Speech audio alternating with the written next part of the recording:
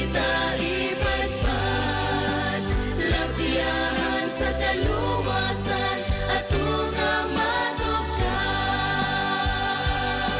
Sa magdadagan, kita maanod, ikusok-kusok sa dako nga balon, tugod ilang asa kita ipatpat, labiyahan sa kaluwasan, atong nga matupad. Labiyahan sa kaluwasan, atong nga matupad. Atong nga matupad. Atong nga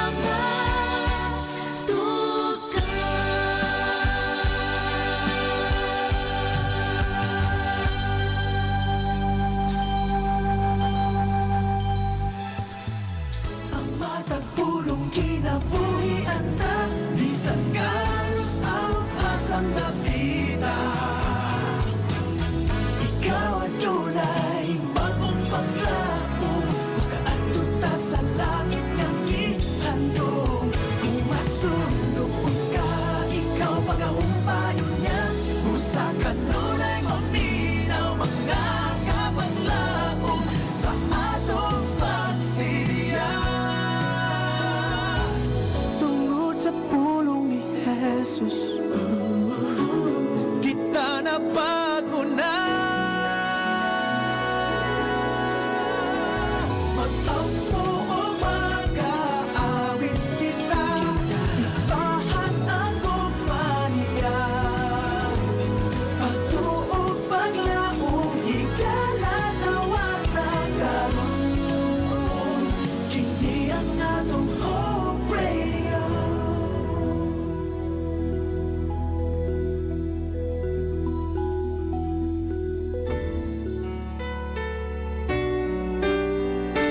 Mga kapaglaom, ania ang programang magahatag kanimo og kadasig paglaom gikan sa balaang kasulatan. Pamalandong sa kabuntagon, matag adlaw alas 5:15 hangtod sa alas 5:45. Dinhi lamang sa imong Hope Radio. Ug karon, ania ang imong kapaglaom.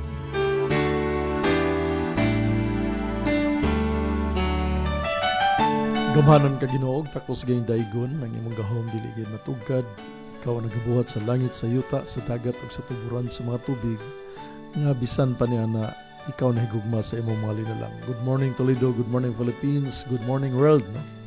May buntag ka natong tanan makapaglaom. Ano nga nasab kita karon sa atuang programa sa pagtuon sa atuang morning devotional or pamalandong sa kabuntagon. Ako si Kapaglaom Ili ug ako inyo makauban sulod sa 30 ka minutos sa pagsaysay sa atong pagtulunan karong buntaga. Unas tanan akong gipanimbaya ang akong mga kabataan sa Bichoma, si Sienna Benidale, Lady Vanessa Rani Joyce, Dane Princess.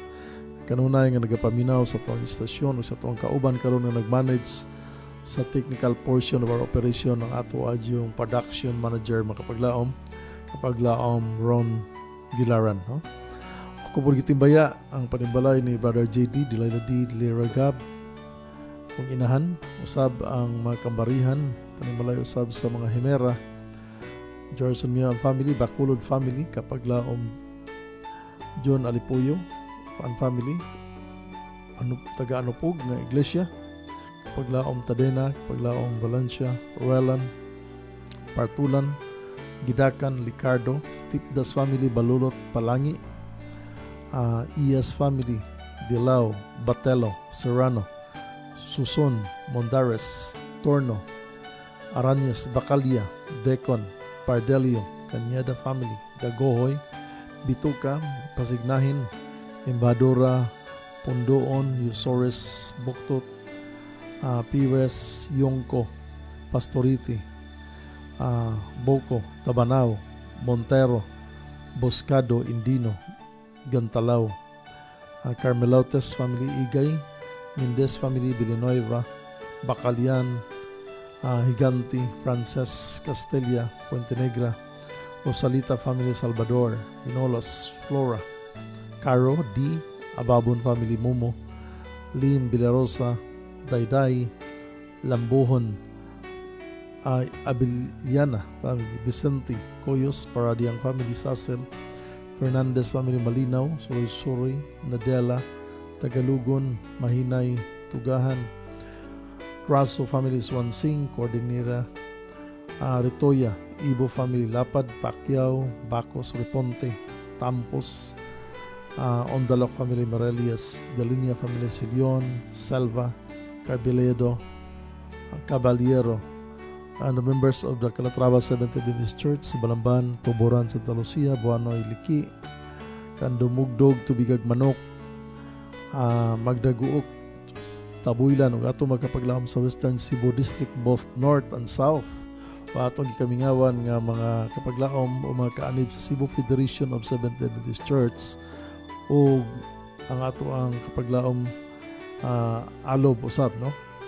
O sa tanan nga mga members sa ato magkapaglahom sa Tibuok Kauman nga maabot sa itong pagsibya ining matahong magkabuntagon. So good morning once again mga kapaglahom. Okay, karon tuguti ako ninyo magkapaglaom sa pagbasa sa ato ang key text magkapaglaom nga makita sa Mateo 19:6, no? Okay, ingon diri busa dili na sila duha kun dili usa lamang, tungod dinhi kinahanglan dili bulagon sa tawo ang giusa sa Dios. So nindot kay magkapaglaom, no? A concern about family magtiayon makapaglaom nga mag-usa gyud kanunay. So at this moment I would like to request atong iduko itong maulo alang sa itong opening prayer. Among balaan gamahan ng dalaygon na Diyos sa nasikitasan sa mga langit. May matamatak na sa adlay mabahulay. Dalaygon ka Ginoo naghatag ka naman ng adlaw. Imo kining sampulan Ginoo. Gikan pas pagtukod sa kalibutan. Imo kining pahulayan. Imo kining balaan. O imo kining panalanginan nga mga adlaw. Alang sa imong katawan.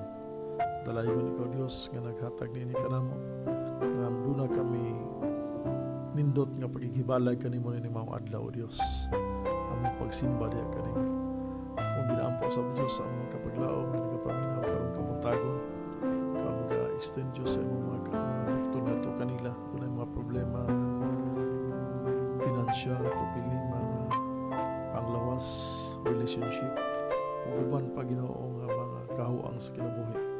Ikaw lamang ang makayo Diyos. Among gina-claim ang presensya sa balang espiritu nga mag-auban kanunay kanamo, maghatag kanamo lamdag. Among pagkatunaan ng mga pulong o Diyos tago kini kahimuan sa among pagkigsuod diha kanimo sa among relasyon diha kanimo Diyos. Kung ginaampo ang tanang magkapaglaom karon nga nagapaminaw nga unta Ginoo. Dunay kalipay ang matag kasing-kasing sa pag-celebrate namo sa adlay pahulay. Ikaw ang imong presensya ana gyud Diyos. Sa mga tahong matak na Ginoo, bisan kami dunay makapagkasan kanimo sa buhat sa purong na kami Ginoo nagpaubos o nagahangyo kanimo sa kapasayloan ini.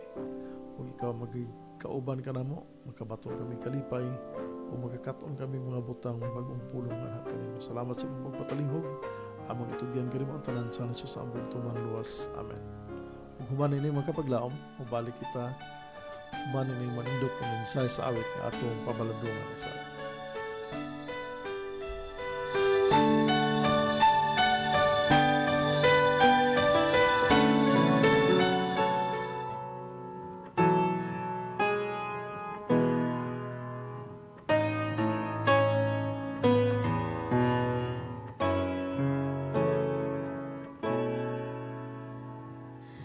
The call to go to Mount Moriah came to Abraham,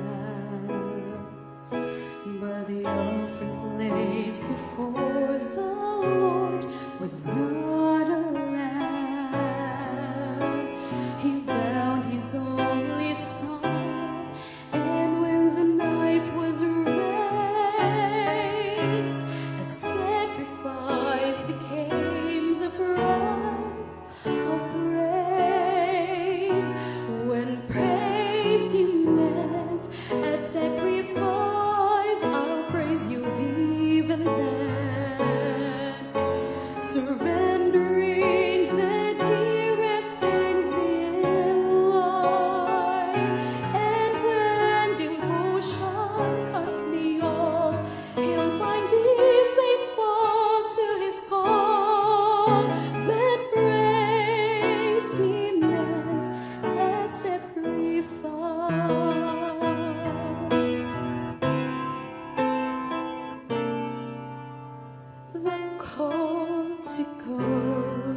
Calvary came to God's own Son, an altar waited for the Lamb He would become.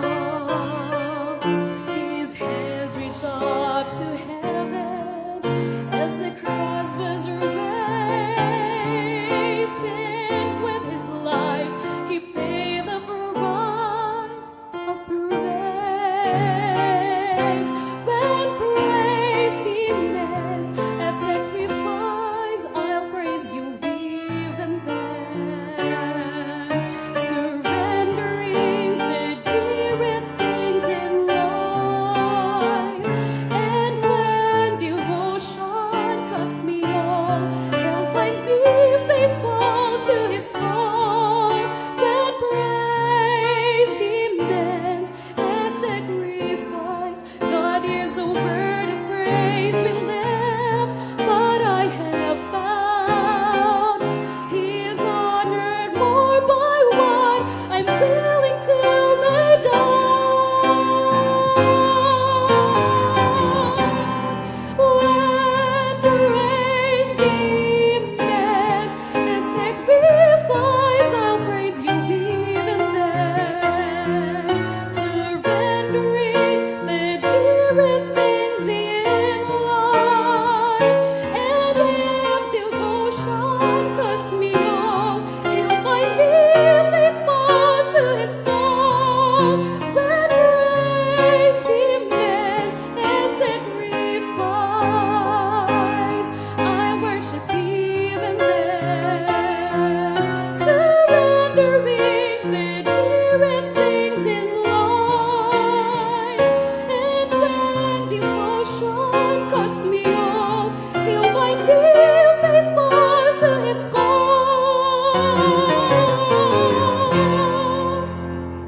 When praise demands a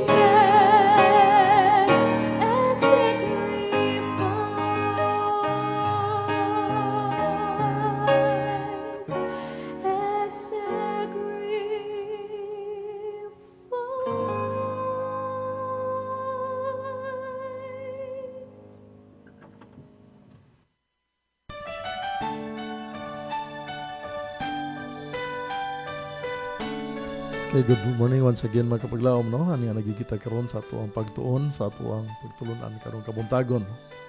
Nindot kayo ang ato ang mensahe may so, no? When praise demands a sacrifice. Na ganahan ko sa last line sa kanta miso nga, He'll find me faithful to His call.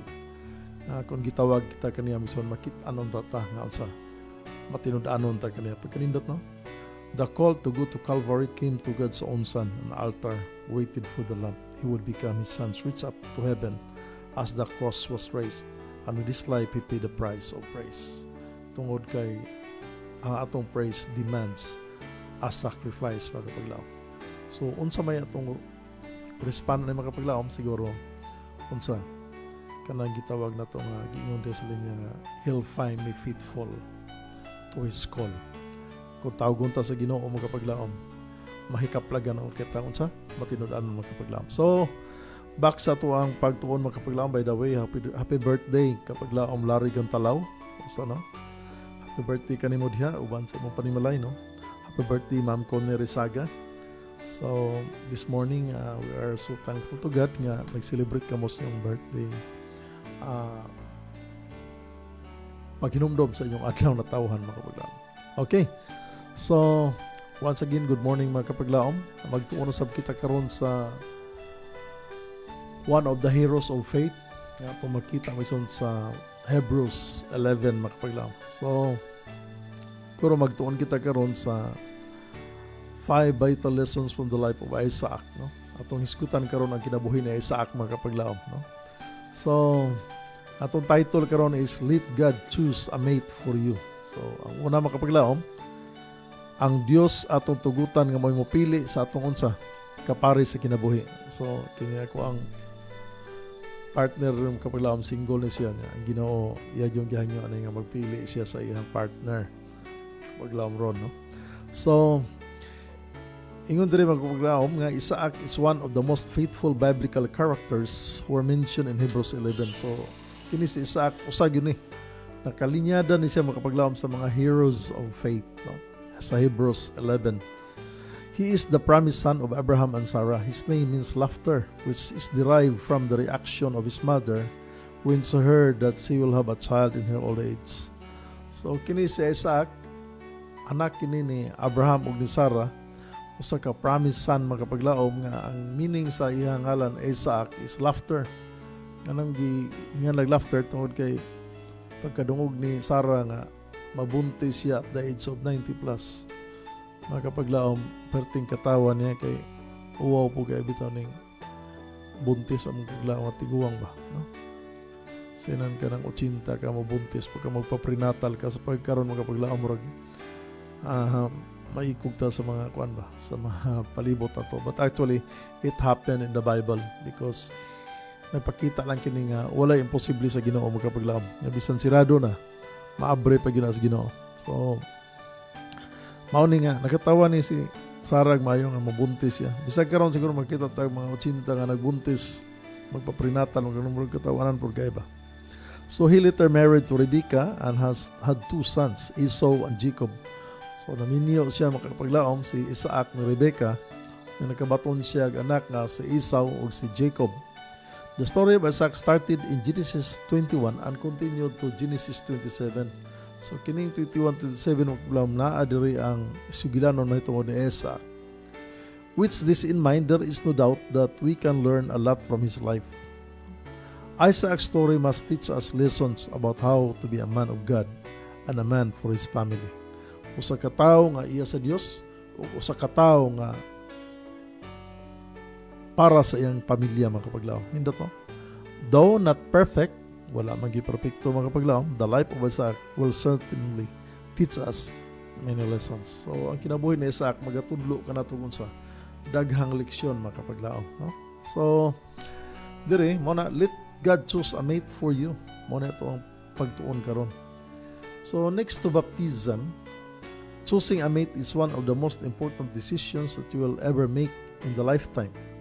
Sa ato pa magplaw kining bautismo magplaw usa kini ka importante kay butang atong desires tong kinabuhi. Tungod kay mao kini ang naghatag makapagluog indicator nga unsa may tungod sa tong kaluwasan. Ang pagdawat nato ni Ginoong Hesus nga may itong bugtong ug personal nga manuluwas ang bautismo makapaglaom. Diri sa atong pagtuon karon, choosing a mate is one of the most important decisions also. So ang pagpili kuno sa usa ka kapikas sa kinabuhi, usa ka importanteng desisyon. Importante ang bautismo tungod kay alang kini sa kaluwasan makapaglaom ug importante pud ang pagpili tungod kay di lalim nga magdala sa imong kinabuhi nga unsa wala kay kalipay sa pagpangalagad tungod sa wrong decision nga mo nahimo. So this is a lifetime decision. Pagpili sa atong kapikas sa kinabuhi. Once you are married to a person, you are bound by God's blessing and grace. So kung naminyo na ka magapaglaom, gibugkos na ka sa panalangin ug sa grasya sa Dios. So Jesus Christ himself said this about marriage, no? Si Jesus nagsulti gyud mahitungod sa kaminyoon. Ingon siya, Jesus answered sa Matthew chapter 19 verses 4 to 6 nagingon, Jesus answered, haven't you read the scripture that says that in the beginning the Creator made people male and female? And God said, for this reason a man will leave his father and mother and unite with his wife, and the two will become one. So they are no longer two but one. No human being must separate them. What God has joined together. So si Ginoong Hesus yun mismo makapaglaom niingon nga wala ba day ka mo makabasa sa balaang kasulatan nga sa sinugdan nga ang magbubuhat naghimo magbabayeg lalaki, no? So babae ra gyud lalaki ang gibuhat magapaglaom, ha? Pagsugod sa kalibutan wala na other gender magapaglaom, babae ra gyud og lalaki, no? And God said, for this reason a man will leave his father and mother. So magabiya ang usa ka anak sa iyang amahan o ginahan aron mo ipon siya siyang asawa ug sila mahimong usa. They will become one. So nindot kay magapaglaom ang marriage. So they are no longer two. Dili na sila duha ka buok. but one. Nag-ingon rin mga kapaglaom, no human being must separate them, that what God hath joined together. Unsa gani na bugko sa Ginoo mga kapaglaom, dili unta gyud pagaseparahon, dili pagabulagon sa tao mga kapaglaom. So with the magnitude and impact marriage will have in your life, whether we like it or not, kapaglaom, may tendency yun nga maminyo tayo kung kamo mga batanon pa mo karon, doon na pa mo single pa mo. So wa mangita lain mga kapaglaom, no? Kaya magpagwapagwapo man tama, pagwapagwapa kaya mangita lagi tag mate mga kapaglaom, no? So it is only rational for us to give it a deep and serious consideration before we ever decide whom to marry. Kini yung pag-decide kinsa imuhang minyuan mga kapaglaom, usa kini ka dako og pinaka-importante nga desisyon nga dili gid nimo pa kaamang-amangan mga kapaglaom. When it comes to marriage, it is important for us to seek the will of God rather than our will. Doon ay tambag dire mga kapaglaom, no? Kung kita magminyo mga kapaglaom ato ging isandig sa Ginoo. Dili nato ato arang kaugalingon mga kapaglaom, no? Parang gitaw I did it my way. Dili gid no? Atong isandig atong pangitaon atong asawa pinaagi sa tabang sa Ginoo. Maduna unta tay mga signs mga kapaglaom atong payoon who will be our mate, because kinigilagim kami nyo ang magson no retreat, no surrender, no graduation at all. Di kita mo graduate ani mga kapaglaom until such time nga siguro matapos ang kinabuhi. Walang yung till death do us part. So at this moment mga kapaglaom, sige nang sasuwagi plano nga bulagon ang magtiayon. So diri mga kapaglaom sa sugilano na Isaac, when Isaac is seeking for a wife, it was his father who commanded that Isaac must look for a wife in the Abraham's homeland. So diri si Isaac sa dihang nangita na sa asawa, ang iya yung amahan may nagpasugo nga adto gyud manguha dito sa iyang kaliwat mga kapaglaom, no? Dito sa iyang Pinoyanan. He strictly instructed his servant to never take a wife for Isaac among the daughters of the Canaanites. At this point in time, we can learn some principles when choosing a mate. First and foremost, we need to consider the character of our future mate. So, ingon diri sa tambag mga kapaglaom, mga first and foremost, we need to consider the character of our future mate. Kining kinaiya gyud, no?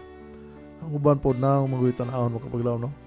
Bahala na ng karakter, matod pa nila sayon ra kuno usbon ang karakter dili makita, pero ang naong dili mo sabat. Here makapaglaom nagisgot kini character, of which kanang gitawan to godly character makapaglaom, no? Godly character.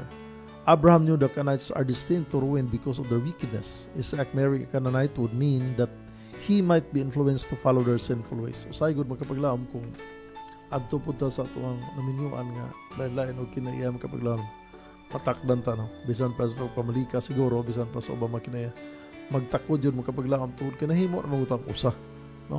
Nahimo na tang usa makapaglaom. At this point in time, we can learn some principles when choosing a mate. So another point to consider is to listen to wise counsel. So permiro ko ito makapaglaom ating karakter sa itong future mate. Can we handle the character of our future mate? Ang Ginoo ra bagi mag-usab sa kinaiya makapaglaom. Wala ra bagi tay kaya sa pag-usab. Kita mga bana, kita mga asawa, dili kita kausab sa kinaiya. So ato lagi nang itugyan sa Ginoo, no? Once we will submit to God, ingon gud ingon ang Philippians 4:13, I can do all things through Christ which strengtheneth me. So makahatag yun og nindot nga asawa to ang Ginoo ra gyud, makahatag dato nindot nga bana ang Ginoo ra gyud, ato lang isubmitar mga kapaglaom, no? So we listen also to wise counsel. Ingon choosing a mate is not a joke. Isaac knew this and he listened to his father's counsel. Ang kanindot na ning bata kini sa Isaac kapaglaom, no? Kanang naminaw gyud siya ginikanan ba? Paminaw mo mga batanon, ha? Ganahan ba maminaw mga batanon, no? Karon naminaw karon. Maminaw kita sa counsel sa usay sa tong amahan, sa tong ginikanan, sa mga gulang-gulang kanato makapaglaom, mahitungod sa pagpili sa atong kapikas sa kinabuhi. Kanang kapikas ba nga wala gyud surindiray makapaglaom ba? Maangko na to siya ato na yung suliton ato ang kinabuhi uban kaniya, no? So ingon diri lagi nga choosing me a mate is not a joke, dili komedya ba, no? So ang kanindot sa kay he listened to his father counsel. Naminaw ba po mo sa mga tambag sa inyong maginikanan, sa mga tigulang kaninyo about looking for somebody nga inyong ikauban sa kinabuhi mga kapaglaom. He knew that Abraham is being inspired by God and he will certainly give a good advice to Isaac. Ang kanindot lang po ni Isaac mga kapaglaom kay nakita niya siyang amahan ba? O nito makita na ito mga amahan po ba? Na inspired by God ba? Ibig na makita na ito maginikaran na inspired by God. Ilang counsel mga kapaglaom. Do na yung impact, do na yung mabuhat sa itong mga kinabuhi. No? So, usana nga ato maginingan being a parent is very important also nga makita unta sa ato ang mga kabataan na inspired ta sa Ginoo aron minaw po sila sa itong counsel kuno sa itong tambag. So in the same manner, we need to listen to our parents when making a decision. Oh my dear children, akong mga batanon, maminaw ta sa ato ang mga ginikanan sa atong desisyon. No? Okay? So we will submit to our parents. Ingon diha ang Ephesians 6:1, obey your parents in the Lord, no? Children, obey your parents in the Lord. So masinugtanon ta sa itong mga ginikanan. They might see something that we don't even see because of our emotion. Sa kunang kapaglaom, usay tungod sa itong gugma, tungod sa itong di na mapugna, itong gibati, nakakita sa nakita no sa itong mga ginikanan. Take note for that, no?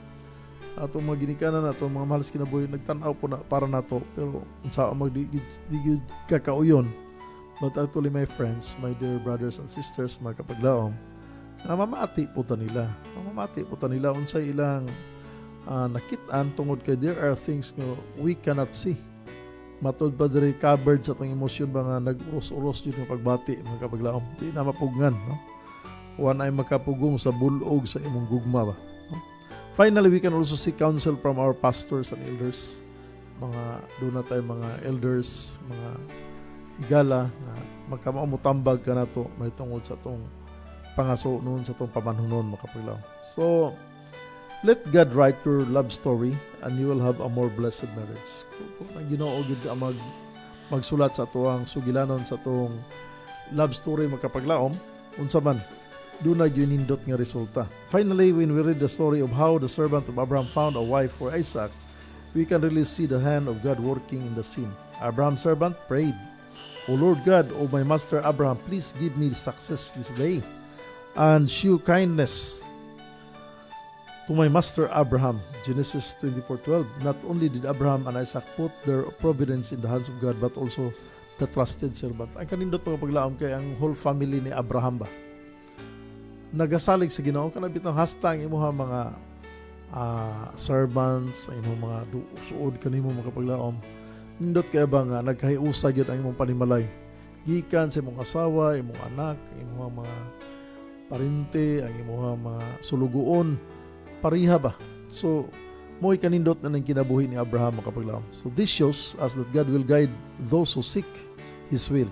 So ang kanindot kay ang Ginoo magagiya gyud katong nangita sa iyang unsa pagbuot mga kapaglaom. He is more than willing to help those who will submit to His commandments and purpose. Therefore, let God write your love story and you'll have a more blessed marriage. So, mga kapaglaom, nindot kayo ang atong pagtuon-tungod kay may tungod kinis kami niyo niya ang tanan ra bagyon murag mostly mo padulong ani mga kapaglaom. One of the most important thing let God choose a mate for you. So, wag yung lain magkapaglaom. Ang Ginoo gyoy magiya sa itong kami niyon. So, next Sabat magkapaglaom, atong ipadayon kining mga vital lessons from the life of Isaac magkapaglaom.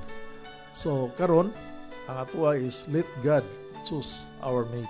Atong isabit. So, wala tay igong panahon magkapaglaom. I would like to express my thanks sa atong mga listeners karon.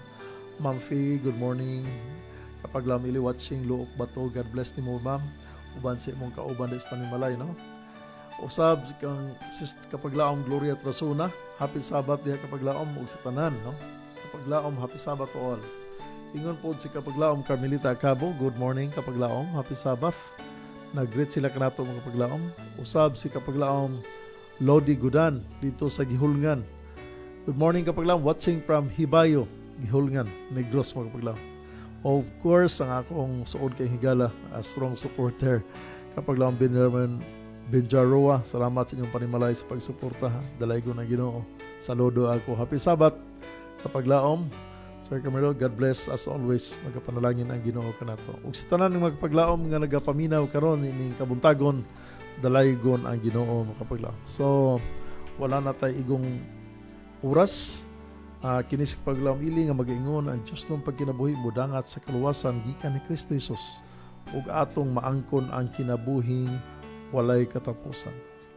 Sa nahabilin ni magutlo sa atong panag-uban karon nga kabuntagon, atong pasalamatan sa tanan atong buhing a Dios paghatag og kahigayunan, oportunidad sa paghimo niya nato programa pamalandong sa kabuntagon.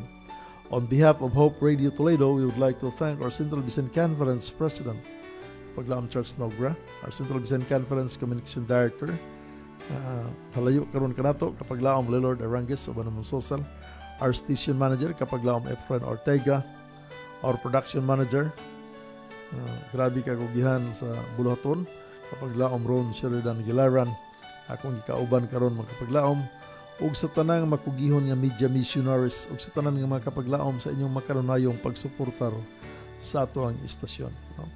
Sa makausapa, atong iduko atong mga ulo alang sa pagampo. Among balaan, gamhanan dalaygon na Dios sa naskitasan sa mga langit, nining matamatak na Ginoo. Salamat sa among pagtuon ining kabuntagon. Naghistut kini Ginoo nga kung kami magapili sa among kapikas sa kinabuhi, amo siyang mapili pinaagi kanimo Dios tungod kay kini nagadala usab kanamo sa pag-encourage sa kaluwasan ug among ginapasalamatan Ginoo ang tanan ng mga nagminyo karon nga ikaw nagabendisyon kanila o Dios, nagapanalangin kanila mga kabataang buutan masulundon usab usa ka pamilya nga namahadlokon diha kanimo.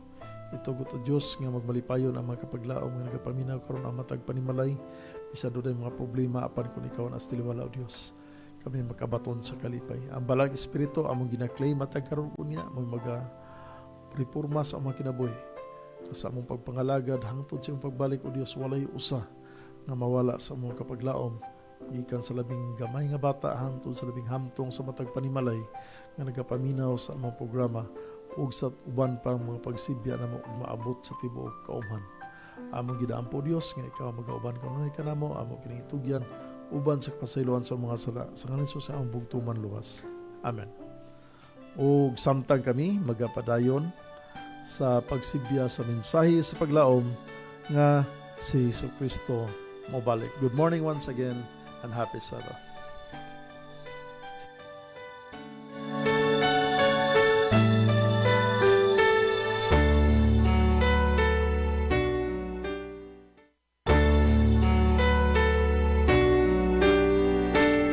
Mga kapaglaom, imong nadunggan ang pamalandong sa kabuntagon dinhi lamang sa imong Hope Radio.